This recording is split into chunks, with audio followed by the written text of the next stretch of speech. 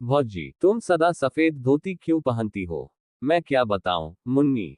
क्यों भौजी, क्या तुम्हें अम्मा रंगीन धोती नहीं पहनने देती? नहीं मुन्नी, मेरी किस्मत ही नहीं पहनने देती, अम्मा भी क्या करें। किस्मत कौन है, भौजी? वह भी क्या अम्मा की तरह तुमसे लड़ा करती है और गालियां देती है? 7 साल की मुन्नी ने कविता के गले में बाहें डालकर पीठ पर झूलते हुए पूछा, किस्मत कहाँ है? भौजी मुझे भी बता दो।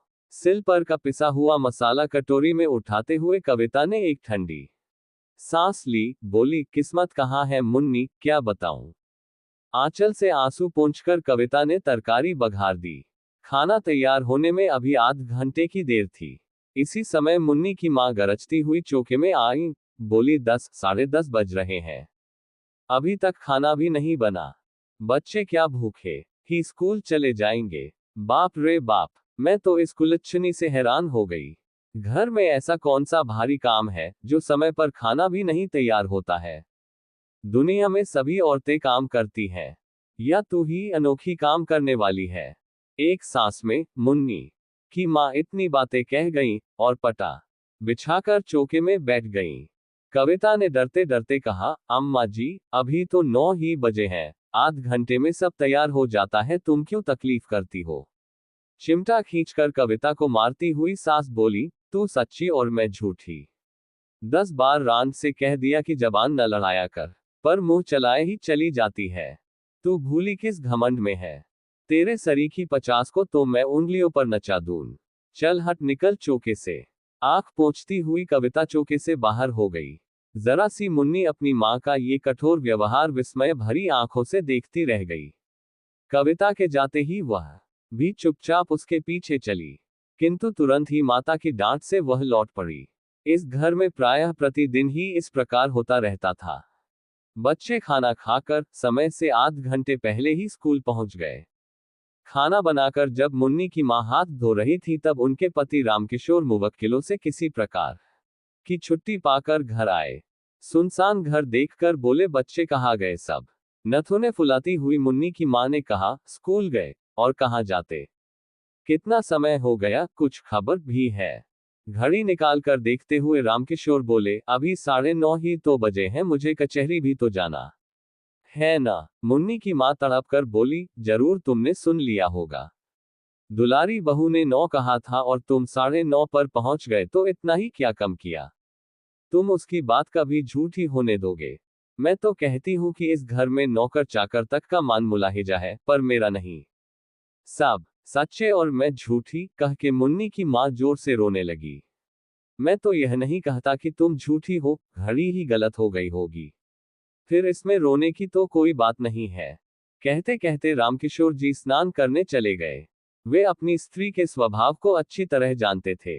कविता के साथ वह कितना दुर्व्यवहार करती है, ये भी उनसे छिपा न था। जरा जरा सी बात पर कविता को मार देना और गाली दे देना तो बहुत मामूली बात थी। यही कारण था कि बहू के प्रति उनका व्यवहार बड़ा ही आदर और प्रेम पूर्ण होता।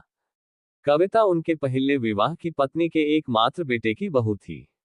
विवाह के कुछ ही दिन बाद निर्दयी विधाता ने बेचारी कविता का सौभाग्य सिंदूर पोंछ दिया। उसके मायके में भी कोई न था। वह अभागिनी विधवा सर्वथा दया ही की पात्र थी। किंतु ज्यों ज्यों मुन्नी की मां देखती कि रामकिशोर जी का व्यवहार बहू के प्रति बहुत ही स्नेहपूर्ण होता है, त्यों त्यों कविता के साथ उनका द्वेष भाव बढ़ता ही जाता। रामकिशोर अपनी इस पत्नी से बहुत दबते थे। इन सब बातों को जानते हुए भी वह कविता पर किए जाने वाले अत्याचारों को रोक न सकते थे। सौ की सीधी बात तो ये थी कि पत्नी के खिलाफ कुछ कह के वे अपनी खोपड़ी के बाल न नुचवाना चाहते थे, इसलिए बहुधा वे चुप ही रह जाया करते थे। आज भी जान गए कि कोई बात जरूर हुई है और कविता को ही भूखी प्यासी पड़ा रहना पड़ेगा। इसलिए कचहरी जाने से पहले कविता के कमरे की तरफ गए और कहते गए कि भूखी न रहना बेटी, रोटी जरूर खा लेना, नहीं तो मुझे बड़ा दुख होगा। रोटी जरूर खा लेना, नहीं तो मुझे बड़ा दुख होगा। रामकिशोर का ये वाक्य मुन्नी की मां ने सुन लिया। उनके सिर से पैर तक आग लग गई। मन ही मन सोचा, इस चुड़ैल पर इतना प्रेम। कचहरी जाते जाते उसका लाड़ कर गए, खाना खाने के लिए खुशामद कर गए, मुझसे बात करने की भी फुर्सत न थी। खाएगी खाना, देखती हूं क्या खाती है। अपने बाप का हार। मुन्नी की मां ने खाना खा चुकने के बाद सबका सब खाना उठाकर कहारिन को दे दिया और चौका उठाकर बाहर चली गई। कविता जब चौके में गई तो सब बर्तन खाली पड़े थे। भात के बटुए में 2-3 कण चावल के लिपटे थे। कविता ने उन्हीं को निकालकर मुंह में डाल लिया और पानी पीकर अपनी कोठरी में चली आई। आज रामकिशोर जी कचहरी में कुछ काम न होने के कारण जल्दी ही लौट आए। मुन्नी की मां बाहर गई थी। घर में पत्नी को कहीं न पाकर वे बहू की कोठरी की तरफ गए। बहू की दयनीय दशा को देखकर उनकी आंखें भर आईं। आज चंदन जीता होता तब भी क्या इसकी यही दशा रहती। अपनी भीरुता पर उन्होंने अपने आप को न जाने कितना धिक्कारा। उसकी धोती कई जगह से फटकर सी जा चुकी थी। उस धोती से लज्जा निवारण भी कठिनाई से ही हो सकती थी। बिछौनों के नाम से खाट पर कुछ चिथड़े पड़े थे। जमीन पर हाथ का तकिया लगाए वो पड़ी थी, उसको झपकी सी लग गई थी। पैरों की आहट पाते ही वह तुरंत उठ बैठी। रामकिशोर जी को सामने देखते ही संकोच से जरा घूंघट सरकाने के लिए उसने ज्यों ही धोती खींची, धोती फट गई। हाथ का पकड़ा हुआ हिस्सा हाथ के साथ नीचे चला आया। रामकिशोर ने उसका कमल सा मुरझाया हुआ चेहरा और डबडबाई हुई आंखें देखी। उनका हृदय स्नेह से कातर हो उठा। वे ममत्व भरे मधुर स्वर में बोले, तुसने खाना खा लिया है बेटी? कविता के मुंह से निकल गया, नहीं। फिर वह संभल कर बोली, खा तो लिया है बाबू। रामकिशोर, मुझे तो ऐसा मालूम होता है कि तुमने नहीं खाया है। कविता कुछ न बोली। उसका मुंह दूसरी ओर था, आंसू टपक रहे थे और वह नाखून से धरती खुरच रही थी। रामकिशोर फिर बोले, तुमने नहीं खाया ना? मुझे दुख है कि तुमने भी अपने बूढ़े ससुर की एक जरा सी बात न मानी। कविता को बड़ी ग्लानि हो रही थी कि वह क्या उत्तर दे। कुछ देर में बोली, बाबू, मैंने आपकी आज्ञा का पालन किया है। जो कुछ चौके में था खा लिया है। झूठ नहीं कहती। रामकिशोर को विश्वास न हुआ। कहारिन को बुलाकर पूछा तो कहारिन ने कहा, मेरे सामने तो बहू ने कुछ नहीं खाया।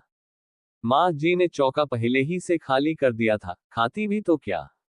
पत्नी की नीचता पर कुपित और बहू के सौजन्य पर रामकिशोर जी पानी पानी हो गए। आज उनके जेब में 50 रुपये थे। उसमें से 10 निकालकर वे बहू को देते हुए बोले, ये रुपये रखो बेटी, तुम्हें यदि जरूरत पड़े तो खर्च करना। इसी समय आंधी की तरह मुन्नी की मां ने कोठरी में प्रवेश किया। बीच से ही रुपयों को झपट कर छीन लिया। कविता के हाथ तक पहुंच भी न पाए थे। गुस्से से तड़प कर बोली, बाप रे बाप, अंधेर हो गया। कलयुग जो न करावे सो थोड़ा ही है। अपने सिर पर की चांदी की तो लाज रखते। बेटी बहू के सूने घर में घुसते तुम्हें लाज भी ना आई।